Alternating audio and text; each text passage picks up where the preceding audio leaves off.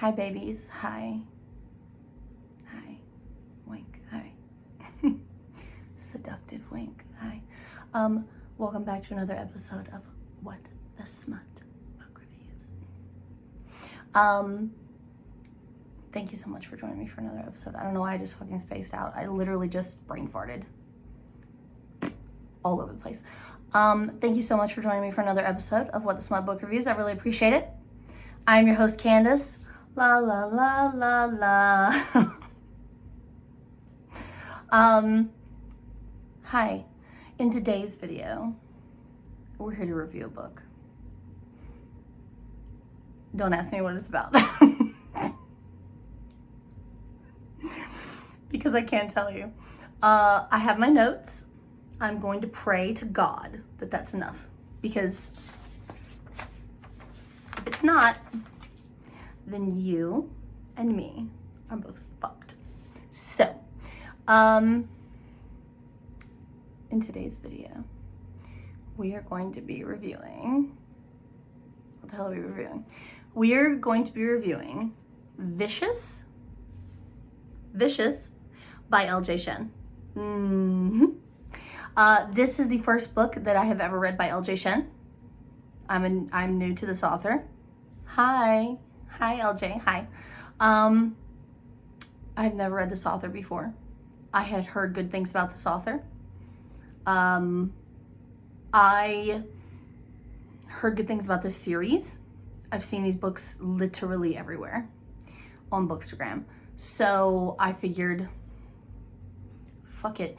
I'm in the middle of 45 other series that I've just fallen off of. Why not start another one? Such is my life. So that's what I did. So in today's video, kids, we're going to be talking about Vicious, aka Baron, which I'm not sure which name I like better. I don't know, I kind of like Baron. Anyway, that's neither here nor there. Let's talk about the deeds to the book first, and then we'll get into that, okay? This book and all the books in this series are free to read with KU. KU stands for Kindle Unlimited. If you don't know what Kindle Unlimited is, go look it up, because I talk about it in every video, and I'm gonna try and make this video as quick and short as possible, because I can't have another hour and a half long video.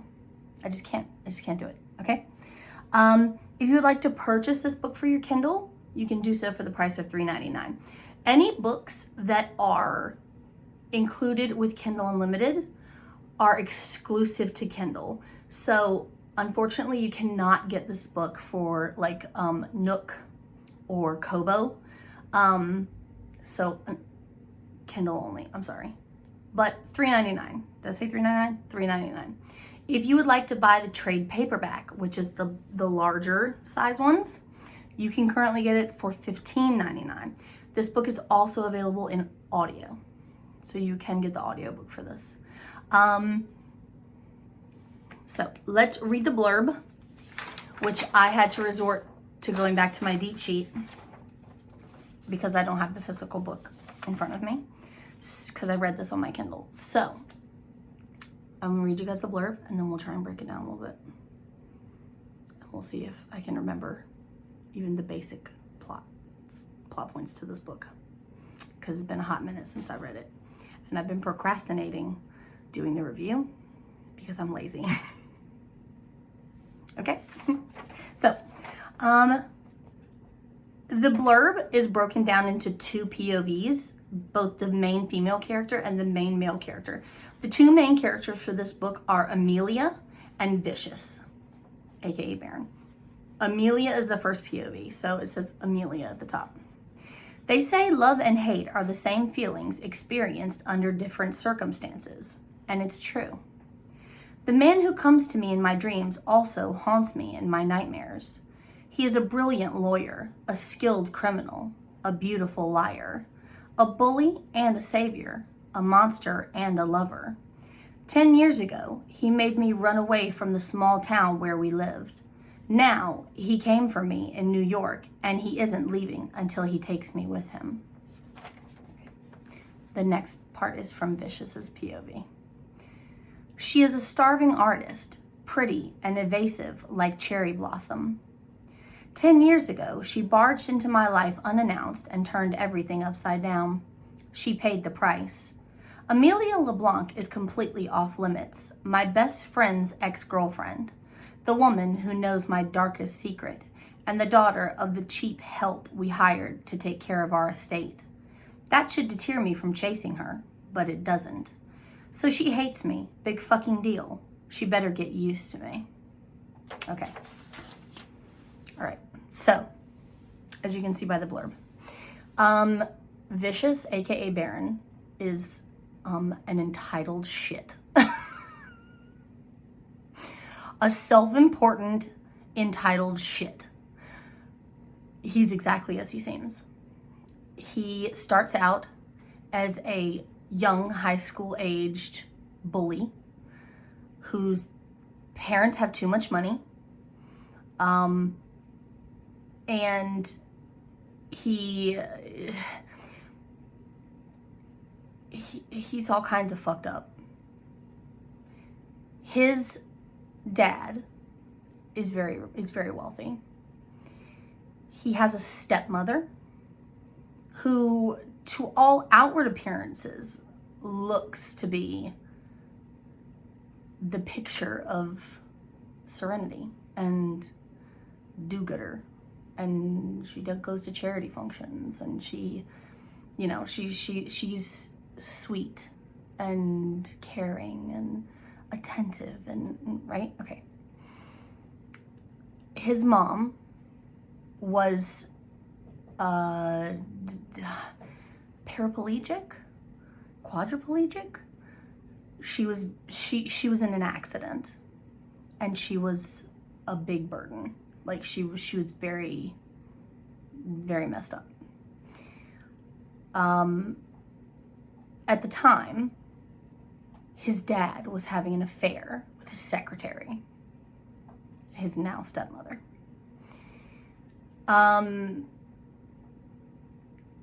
His mother then dies mysteriously. Okay. Right? Right at the time that he sees his stepmother's, or his stepmother, right? His stepmother's brother come out of his mother's room. Then his mother dies shortly after. Coincidence? Coincidence? I don't know. No, I don't know. So, Vicious is very mean. He is very snarky. Insert Amelia.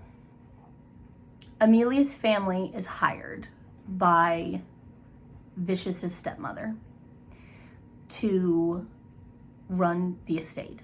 I think the father's like a gardener / maintenance person, and the mother is like the housekeeper, etc., etc. Amelia, who has been to like public school her whole life, is now going to be going to the same school as Vicious, a private school. She enters the house in the beginning of the book, accidentally stumbles upon a conversation between Vicious and his, would that be uncle? No. Mother, step uncle, I guess? His stepmother's brother. And it essentially alludes to the possibility that Amelia has overheard a conversation where he basically accuses Daryl, who is the stepmother's brother, accuses him of beating on him, because he is. Ever since the stepmother came into the picture, she has been letting her brother abuse Vicious behind closed doors. The father does not believe that this is happening because the stepmother has told him that Vicious is doing it to himself, that Vicious is hurting himself, cutting himself, etc., because he's acting out because of his mother's death and because of his father remarrying and whatever, right? Okay.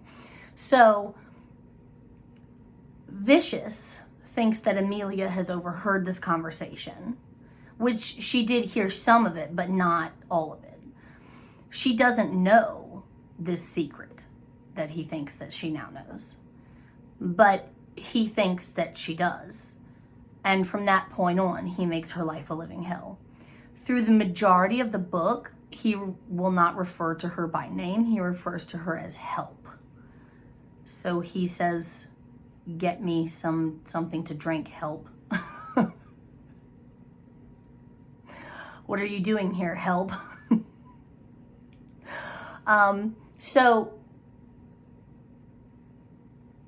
He makes her high school years or her high school days a living hell.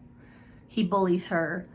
He pranks her. He does all of these things to make her miserable. Vicious runs in like a pack. They refer to themselves, or the school in general as a whole refers to them as the 4 hot holes, because they're like 4 hot assholes. And it's Vicious, Dean, Trent, and Jamie are the 4 guys. Shortly after all of this happens, and they're into the school year, Amelia starts to chat with their friend Dean, who appears to be somewhat genuinely nice. They start to date each other. This does not sit well with Vicious. It's like an unspoken thing in their group that she's off limits. He's kind of claimed her as his own. He has an unhealthy infatuation with her from the get-go. And he's made that known, but he won't do anything about it. And so Dean sees it as, well, if you're not going to do anything about it, I like her. I think she's sweet. I'm going to ask her out. Fuck you. So he does. And they start to date. And it gets to the point where him and Dean stop talking. And they stop hanging out. And then it gets to a breaking point where he finds out that she's given her virginity to Dean, and he loses it. And he low-key blackmails her into leaving town at the end of the school year. He tells her, like after graduation or whatever, he tells her, you've got to leave. I don't care where you go, as long as you're not here. And if you don't, I'll fire your parents. Your family will be destitute. And she has no choice. She leaves. She packs a bag. She breaks up with Dean. She packs a bag and she leaves. So fast forward 10 years later, she's now living in New York with her sister as a roommate. She has a younger sister who has cystic fibrosis, who's constantly sick. And like the medical bills and the medications and stuff that it takes for her to stay well are astronomical. So she's working several jobs to keep the bills paid and to keep her sister healthy. And she ends up getting fired from her day job. One night while she's at her night job, which is bartending at a local bar in Manhattan, she goes to deliver drinks to a table. And who's sitting at the table but Vicious? So Vicious knows about her sister and about how broke she is, and finds out that she's just lost her job. And he basically offers her a job as his personal assistant and says, I need a PA. You need money. Come work for me. I'm a hotshot lawyer now. And, you know, you come work for me and you can pay your bills and I'll pay you, I think it was some ridiculous number, like $100,000 a year to be my PA. And she can't even fathom that amount of money. So she does. She takes him up on it.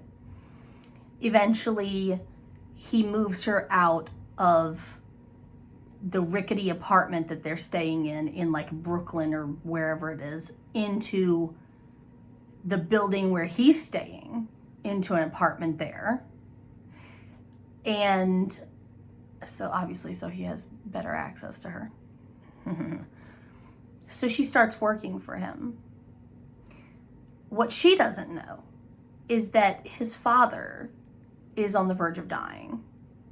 His father's getting ready to croak.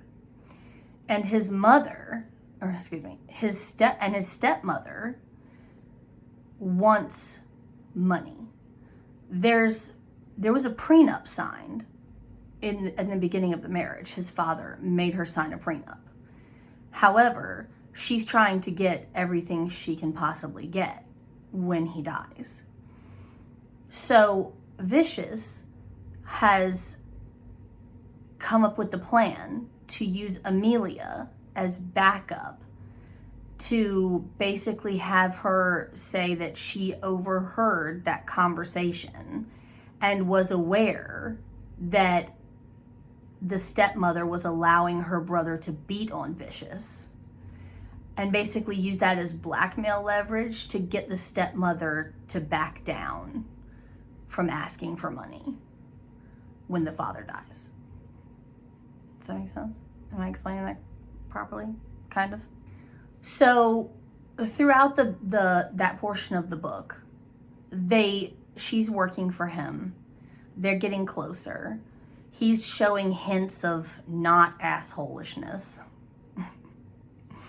And they have sexual chemistry because he's legit obsessed with her and like stalkery obsessed. And so they start sleeping together. She invites him to Christmas dinner, like Christmas Eve dinner. And he doesn't have anyone else to spend it with. He's from LA. He's now in New York, because the way that the hot holes do it is they each have a location throughout their business. They've all come up and started a company together. So they each have a location where they man that location. Sometimes they pop from one to the other for a short duration of time to handle business that they need to handle. But they have one central location where they live, and they handle that location's business. So Vicious is based out of LA, and Dean is technically based in New York. So they have swapped places in order for Vicious to come over here to New York to recruit Amelia for this task. She doesn't know any of this, but he hasn't told her this. He's staying in Dean's apartment. He's now screwing Amelia in Dean's bed, in her ex-boyfriend's bed. And he hasn't told her that either. So she invites him to Christmas Eve dinner with her and her sister. And by this time, feelings are now involved. And they're starting to get like intimately close to each other. He's showing like hints of vulnerability, like about his like insomnia. He has insomnia and he can't sleep for days. And then he'll crash for like a full like 24 hours. Like he'll just be out. And so she sees that. Like she sees that happen once. And it's like small things like that happen. And it's like little things start to reveal themselves about his personality that kind of make them like drift closer together. So she invites him to dinner and he never shows. And then she calls him and he doesn't pick up the phone. And she waits and she waits and he never calls her and he never texts her. And then like 3 days go by and she never hears from him.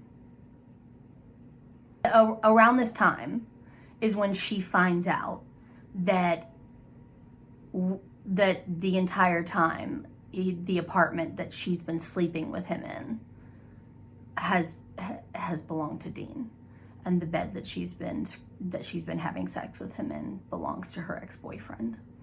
And she gets super pissed off, like super angry. And she sees it as like you did this as like a revenge kind of thing. And she feels very cheap and very used. And so finally, Vicious calls her, like literally 2 or 3 days later. And she won't pick up the phone. She wants nothing to do with him. The reason that he didn't come to Christmas Eve dinner is because his father died. And he jumped on a plane to go back to LA to settle up the will situation, which it turns out the father left a last minute handwritten will, leaving everything to his stepmom. And there were witnesses that signed the will, et cetera, and everything seems legal. But is it? I mean, we don't know. So he's been handling that, but at no point did he think to text her or call her to let her know that he had to leave to do that. He just took for granted that she'll figure it out because he's an asshole. So she's pissed and she's not picking up the phone. Fuck you. And I would be too, honestly. Fuck you. So by this time, Dean has had enough of LA. He's like, I want my apartment back. I'm going home. And Vicious is like, no, I need more time. I need to go back to New York. I need to find Millie, which is what he calls her, Millie, when he's not calling her help. And I need more time to convince her to come to LA, to be my backup. And I need to stick this bitch to the wall because she's trying to screw me out of everything. And more importantly, I need to mend things up with her because I fucked up bad. And Dean's not having it. He doesn't want. So finally, Vicious is like, I'm desperate. I will sell you half the shares, half of my shares of the company, if you give me another 6 months. And Dean snaps them up and is like, damn, bro, you must have it bad. But okay. And he does. And while he's bartering with Dean in LA, Millie has quit her job as his PA and gotten a job at an art gallery because she's a painter. I forgot to mention that. She's a painter. She wants to be a painter. And she's gotten a job at an art gallery and she's moving on. like, fuck him. He flies back to New York and begins his grovel sessions, which is essentially him pleading with her to give him another chance, and her denying him over and over and over, to the point where they've moved out of the apartment as well and into another little hovel in like Brooklyn or something. And he waits for her at the exit to the train every day when she gets out of work, so that he can walk her to her apartment and ask her to give him 10 minutes. Please just give me 10 minutes. Give me 10 minutes to explain. Let me talk to you. And every day she says no. But he still walks her to her apartment to make sure she gets home safely, because it's such a bad neighborhood. And every day they do that. And every day he begs for 10 minutes, and every day she says no. And that goes on for a while. And she finally gets her first painting in a show in the gallery in the same week that his stepmother fires her parents. And Vicious turns around and puts them up in a really nice hotel and pays them, gets them a job, and does all of this stuff to make sure that they're taken care of. And he does all of that for her. He literally flies back to LA to take care of that, to make sure that they're taken care of, that they're situated for her. Right before he leaves California, so that he'll have an alibi, because they can't say that he was there when it happened. Right before, he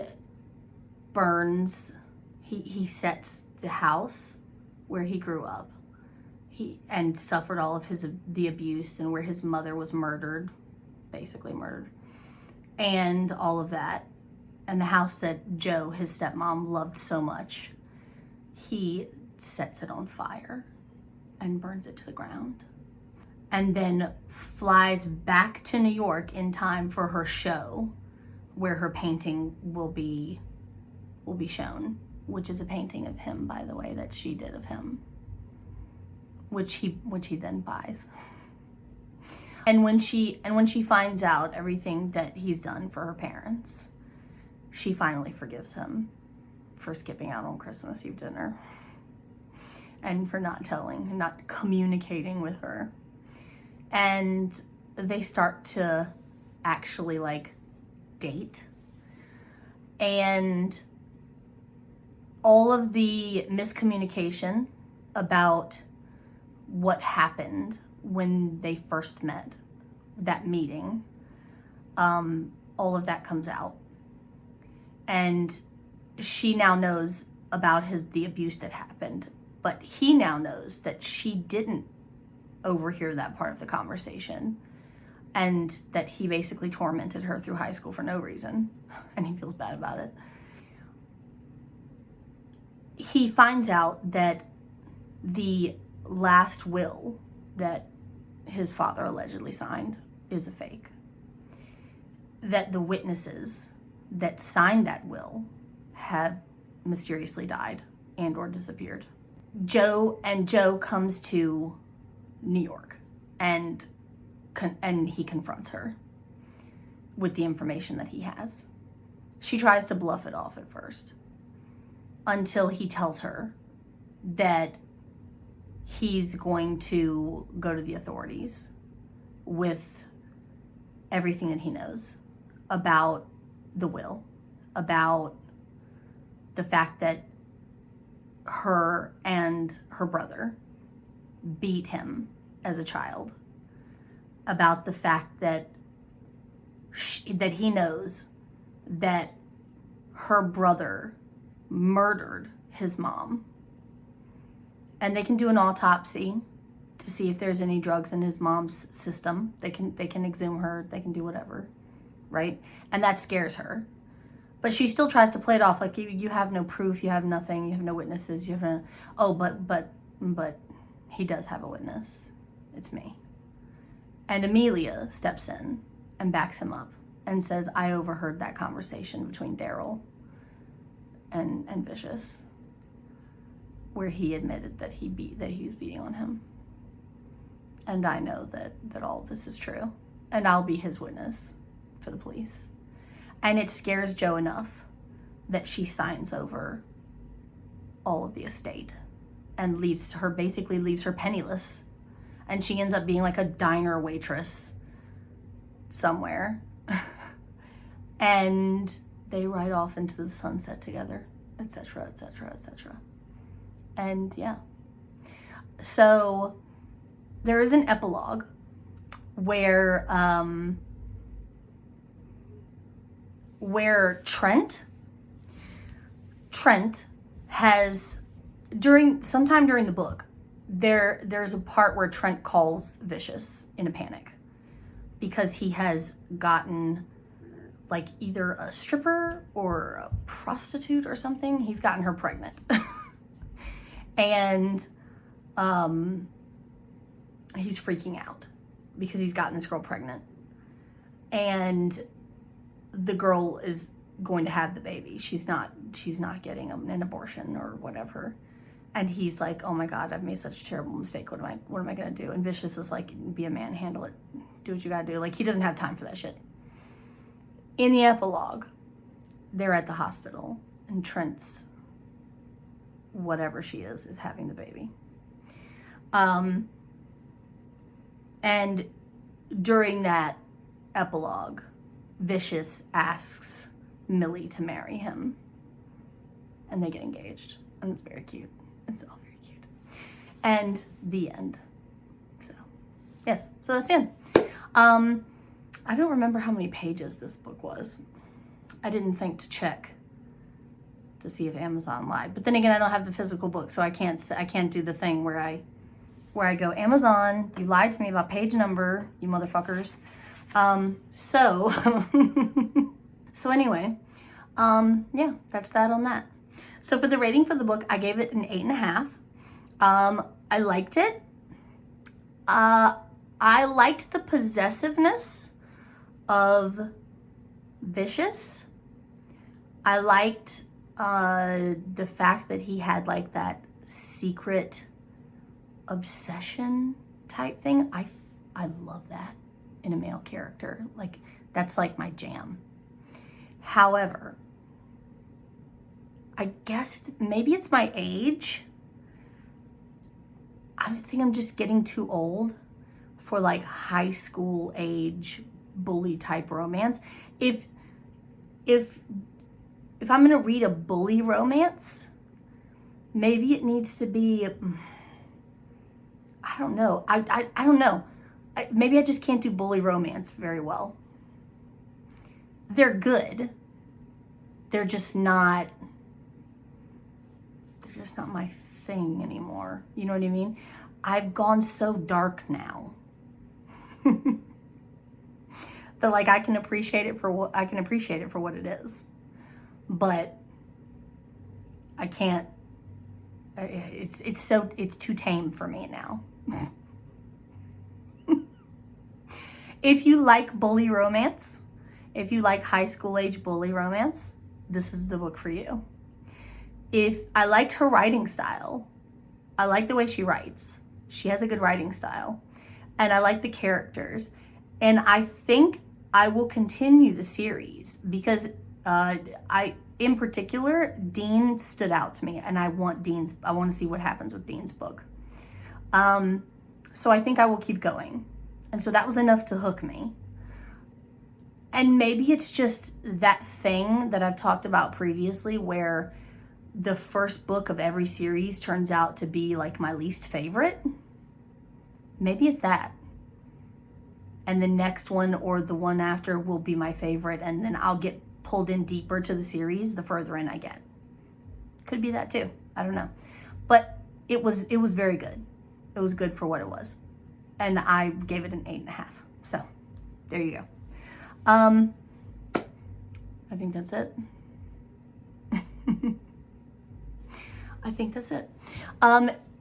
If you enjoyed this video, if you like me and you like my channel, please consider subscribing. I would really appreciate it. If you would like, you can follow me on social media. I do have a members only Facebook group, an Instagram, and a Twitter devoted to this channel. I will go ahead and let you know that I forget the Twitter is there. I don't ever post on the Twitter. However, I am on Instagram every 8 seconds. So follow me on Instagram and I will talk to you. If you like this video, give it a thumbs up. Leave me a comment if you want. I respond to all my comments, unless they're bitchy, and then I'll probably just delete it. Because I don't got no time for no dramas, okay? And yeah, I really thank you guys so much for being here and for sticking with me for another video. I know it's tough. I love you guys so much, and I'll see you in my next one. Bye.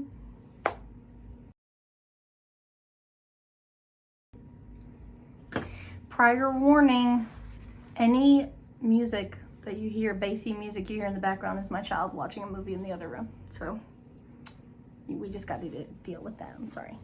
I'm sorry in advance. But that's my life. And if I don't occupy her with something, then she'll be a pain in my ass the entire time I'm trying to film. So that's that on that. All right, here we go. Here we go, here we go, here we go now. This will this be the last video? This may be the last video that you see me with this color hair. I'm not sure. We'll see. And thank you for tolerating the bassy noise in the background, because I know it's fucking annoying. Oh, Lord have mercy, please. Lord have mercy. It's the 4 hot holes. 4 hot holes. Trash. Trash, trash, trash. Am I caught up? I think I'm caught up. I think I'm caught up. I haven't gotten shit else done, but I'm caught up.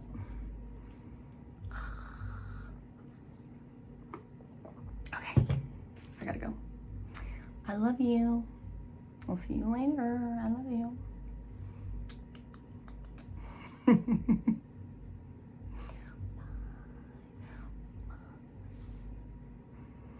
And another one down, and another one down, another one bites the dust.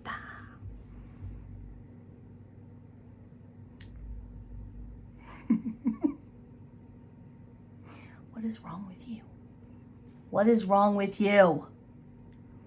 You're insane.